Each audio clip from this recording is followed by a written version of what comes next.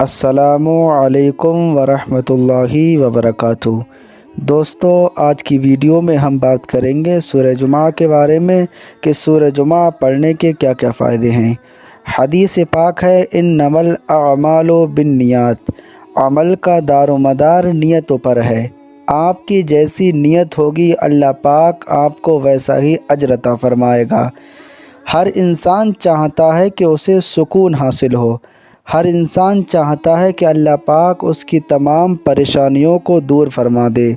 جو کوئی بھی اس سورہ جمعہ کو جمعہ کے روز پڑھتا ہے تو اسے بے پناہ ثواب کا سبب بنتا ہے اور اللہ پاک اس سے راضی ہو جاتا ہے، اور جس سے اللہ پاک راضی ہو جاتا ہے اس پر نظر رحمت فرماتا ہے۔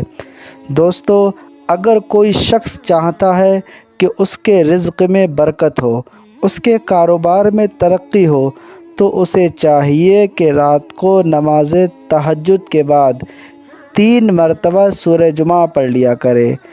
یہ عمل کچھ دنوں تک کرے، اللہ پاک اس کی برکت سے اس کے رزق میں ترقی عطا فرمائے گا۔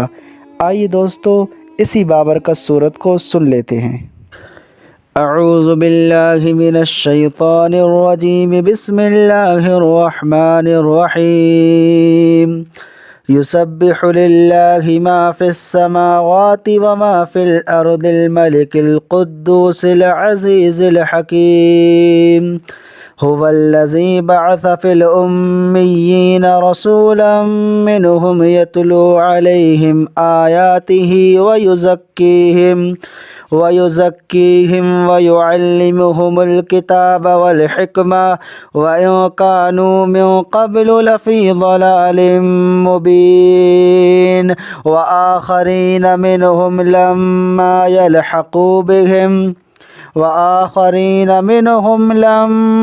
يلحقوا بهم وهو العزيز الحكيم۔ ذلك فضل الله يؤتيه من يشاء والله ذو الفضل العظيم۔ مثل الذين حملوا التوراة ثم لم يحملوها كمثل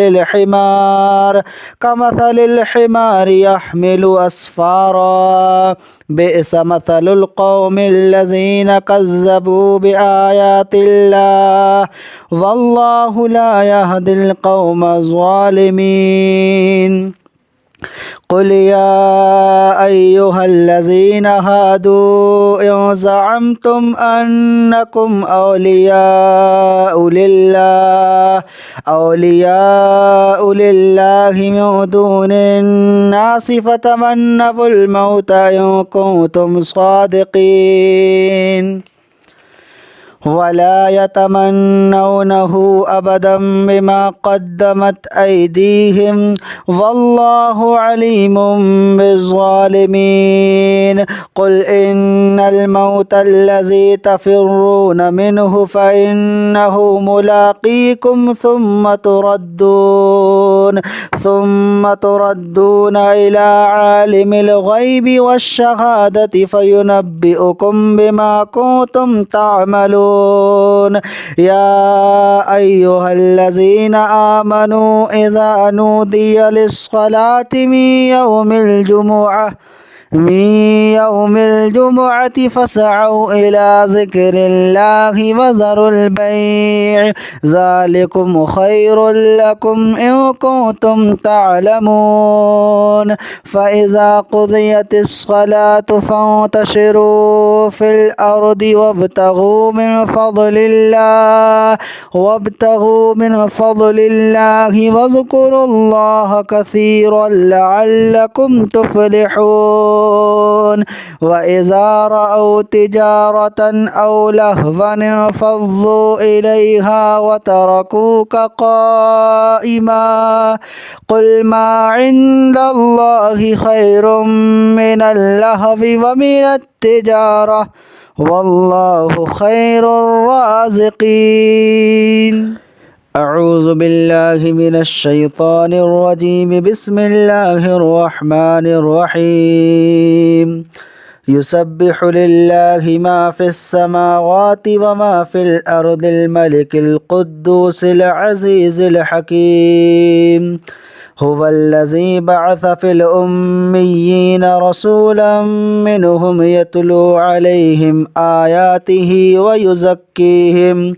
ويزكيهم ويعلمهم الكتاب والحكمة وإن كانوا من قبل لفي ضلال مبين.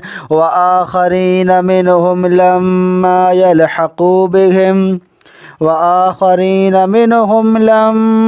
يلحقوا بهم وهو العزيز الحكيم. ذلك فضل الله يؤتيه من يشاء والله ذو الفضل العظيم. مثل الذين حملوا التوراة ثم لم يحملوها كمثل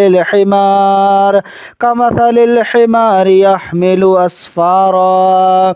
بئس مثل القوم الذين كذبوا بآيات الله والله لا يهدي القوم الظالمين.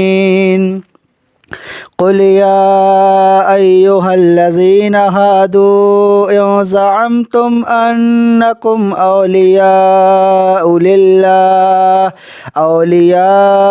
لله من دون الناس فتمنوا الموت إن كنتم صادقين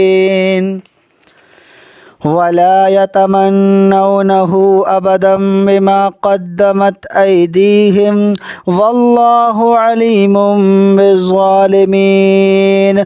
قل إن الموت الذي تفرون منه فإنه ملاقيكم ثم تردون إلى عالم الغيب والشهادة فينبئكم بما كنتم تعملون. يا أيها الذين آمنوا إذا نودي للصلاة من يوم الجمعة فاسعوا إلى ذكر الله وذروا البيع ذلكم خير لكم إن كنتم تعلمون. فإذا قضيت الصلاة فانتشروا في الأرض وابتغوا من فضل الله واذكروا الله كثيرا لعلكم تفلحون. وإذا رأوا تجارة أو لهوا انفضوا إليها وتركوك قائما.